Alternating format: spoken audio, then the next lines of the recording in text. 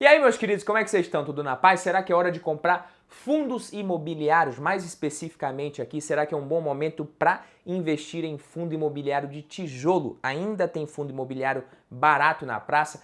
Parece que sim, isso tem a ver com alguns fatores macroeconômicos que eu vou falar aqui e até com algumas particularidades dessa classe de ativo. Nesse vídeo, vamos falar muito sobre fundos imobiliários e eu vou compartilhar com vocês alguns fundos que estão sendo negociados a preços muito interessante na minha humilde opinião, e tem um fundo da lista aqui que realmente está muito descontado mesmo, praticamente de graça.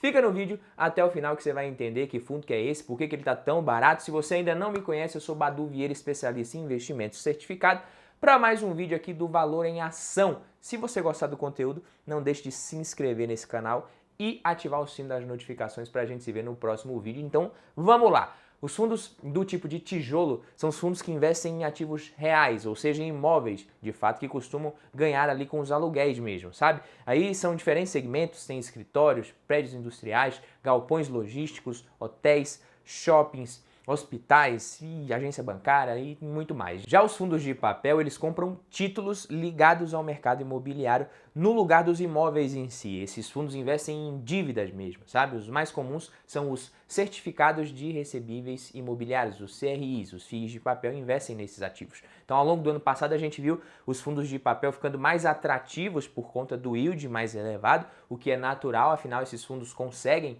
repassar a inflação de forma mais rápida no rendimento mensal, né? Se trata de investimento em ativos financeiros de dívida com lastro no mercado imobiliário, como eu falei, que são reajustados, diferente dos fundos de tijolo, né? Que a dinâmica é um pouquinho diferente. Então, por conta do cenário de pandemia, alta dos juros que a gente está tendo, esses fundos acabaram sofrendo mais, mas já começaram a se recuperar do final de 2021 até o momento. Mas a gente ainda tem diversos fundos de tijolo que estão sendo negociados abaixo do seu valor patrimonial. Isso não é uma coisa simples, tá, pessoal? Não basta olhar esse indicador de preço sobre valor patrimonial e achar que sempre que tiver abaixo de um tá barato, enfim, mas por conta de todo esse cenário, como eu falei, é esperado uma boa recuperação do segmento e, consequentemente, a gente está nesse momento ali dentro de uma janela de oportunidade, de ganho de capital de médio e longo prazo com esses ativos ali. Os fundos de tijolos, investimentos ali focados em imóveis físicos, como eu falei, galpões, lajes corporativas,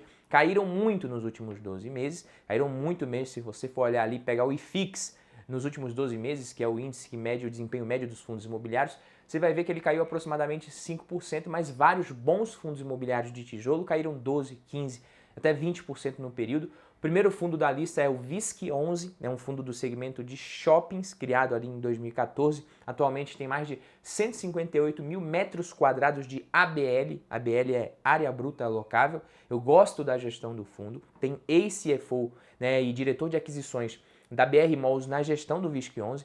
O momento vem sendo muito desafiador para o segmento de shoppings, né, que foi um dos mais afetados negativamente pelas restrições impostas pela pandemia. O segmento ainda está sofrendo, a gente sabe disso.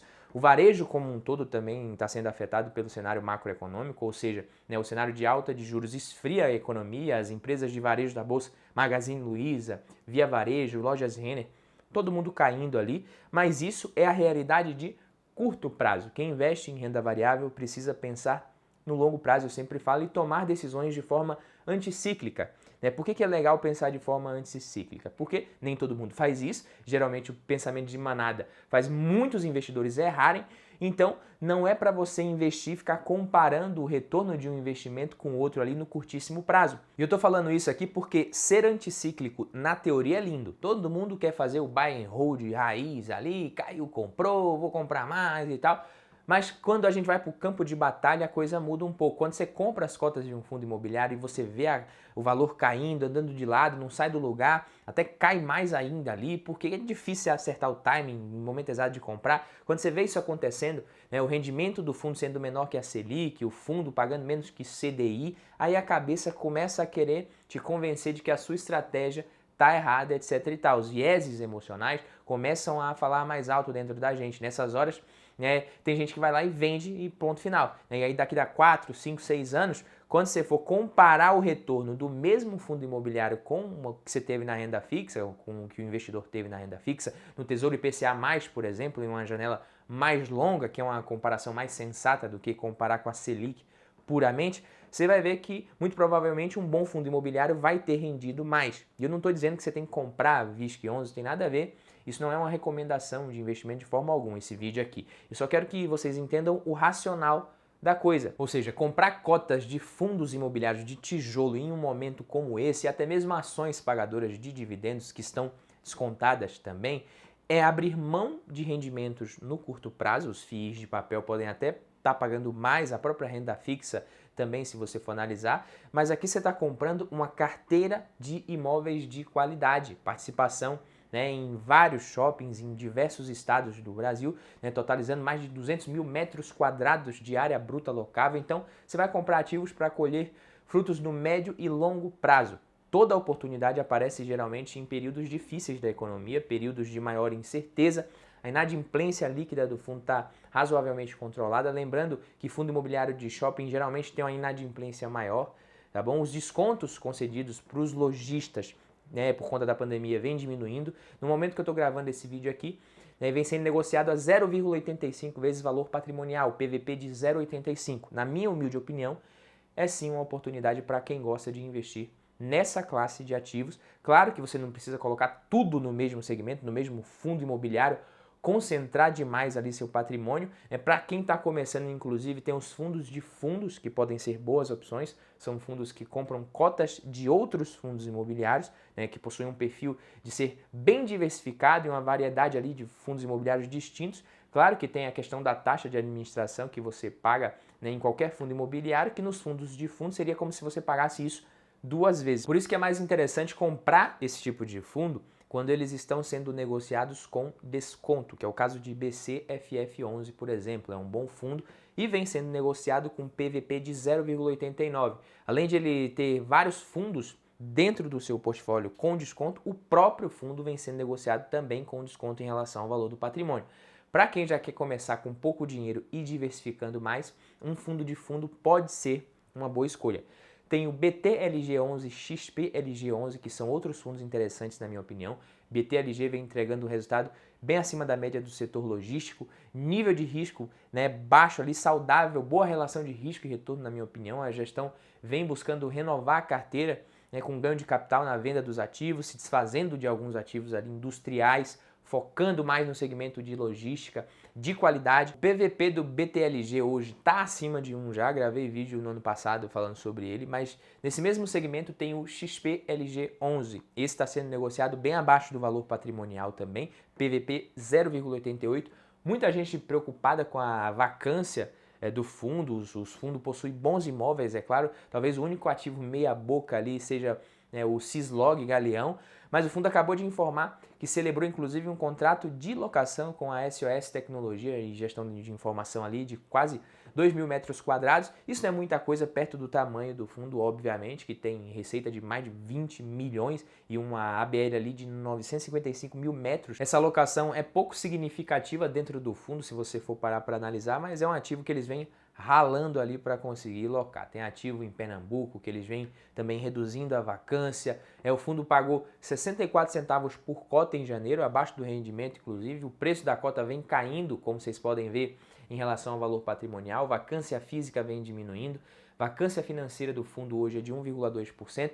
Boa parte do desconto é por receio da vacância aumentar. Em 2022, 21% dos contratos vão vencer e 8% podem ser revisados. O mercado logístico, inclusive, está bem aquecido, o que pode gerar oportunidades para o fundo conseguir aumentar a remuneração. Inadimplência, 2,4%, um total de 41 locatários, mais concentrado ali em São Paulo e Rio de Janeiro, o que torna o fundo menos arriscado e mais defensivo. Deve pagar por volta de 8,5% de dividendos em 2022, o que não é ruim, considerando o risco do ativo, que ainda está exposto a uma valorização no médio e longo prazo, à medida que o preço da cota vá se ajustando ali com o valor do patrimônio. E outro fundo bem descontado também, o mais descontado de todos aqui na minha opinião, BRCR11. Eu já aviso que é um fundo que realmente ele está muito descontado, bem barato, mas também é o mais arriscado desses que a gente viu aqui, caiu mais de 20% nos últimos 12 meses. É um fundo para quem tem mais apetite ao risco mesmo. E por que esse fundo está tão descontado? Por que será que ele está tão barato, entre aspas? É o seguinte, qual que é a estratégia do BRCR11? Ele adota uma gestão bem ativa da carteira, com o objetivo principal de investir em escritórios comerciais de lajes corporativas, localizados nos grandes centros do país. Então o momento atual não é muito favorável para a estratégia deles ali, para o segmento. Ele é gerido pelo BTG Pactual, um dos maiores players do mercado de fundos imobiliários, possui gestores experientes e eles vêm buscando novos locatários para a redução da vacância nos imóveis, que hoje está muito alta, inclusive a vacância física, né, de mais de 27%. Tem imóvel AAA que eles recém adquiriram, com vacância de 64%. Eles também vêm agindo na compra e venda de ativos, buscando oportunidades para renovar o portfólio ali. Ou seja, o cenário de curto prazo para o fundo é desafiador. Então, muitas empresas estão tocando suas atividades fora dos escritórios, mas quem possuir ativos premium nesse segmento, né, do setor de lajes corporativas, pode ter um bom desempenho nos próximos anos em virtude do nível de vacância que vai começar a diminuir. E isso está associado justamente ao baixo nível de lançamentos que a gente está tendo nesse segmento. Por isso que, pelo preço atual, o investimento ele pode sim ser uma boa oportunidade. Os principais riscos do fundo são vacância e inadimplência, como eu falei, a insolvência de alguns locatários pode acarretar na inadimplência nos aluguéis. Atualmente, o BRCR11 possui mais de 228 mil metros de área bruta locável, diversificada ali em 14 ativos, se eu não me engano, sendo que a maior parte dos imóveis estão localizados na cidade de São Paulo. 76,3% da receita total do fundo é São Paulo, possui dezenas de contratos de locação, parte deles com grandes empresas como Petrobras, Itaú, Volkswagen, TIM, Samsung, entre outras. A vacância financeira dele está em 20% atualmente, mais ou menos, se eu não me engano, PVP de 0,66%, muito descontado, mesmo o risco realmente existe. A visão do fundo é de que a vacância aumente um pouco por conta de um investimento que eles fizeram em um imóvel AAA no Rio, que está bem vago, e depois comece a diminuir por conta do fim do ciclo de recessão e início da fase de recuperação, né, e diminua nos próximos anos. Mas dentre as vantagens do BRCR11, a gente pode destacar o seguinte: ele é o maior fundo de lajes corporativas de toda a indústria de fundos imobiliários, possui carteira bem diversificada também e há uma visão de longo prazo positiva para o segmento. Quando a procura por esses ativos voltar a aumentar, quem possuir os melhores ativos vai conseguir os melhores contratos. O mercado passou por um excesso de oferta de 2011 até 2016, depois entrou em uma recessão, ainda veio a pandemia para acabar de ferrar com tudo, e pode pegar agora uma fase de recuperação, com a vacância diminuindo, como eu falei, preço por metro quadrado aumentando, o fundo fechando futuras locações ali a patamares mais atrativos. E quem se dá bem nesses períodos de recuperação é quem tem imóveis de qualidade para alugar. Lembrando que nenhum desses ativos aqui citados é uma recomendação de investimento, tá? Esse vídeo não é o suficiente para embasar sua decisão. Fico por aqui, te vejo no próximo vídeo. Tamo junto, valeu, é nóis!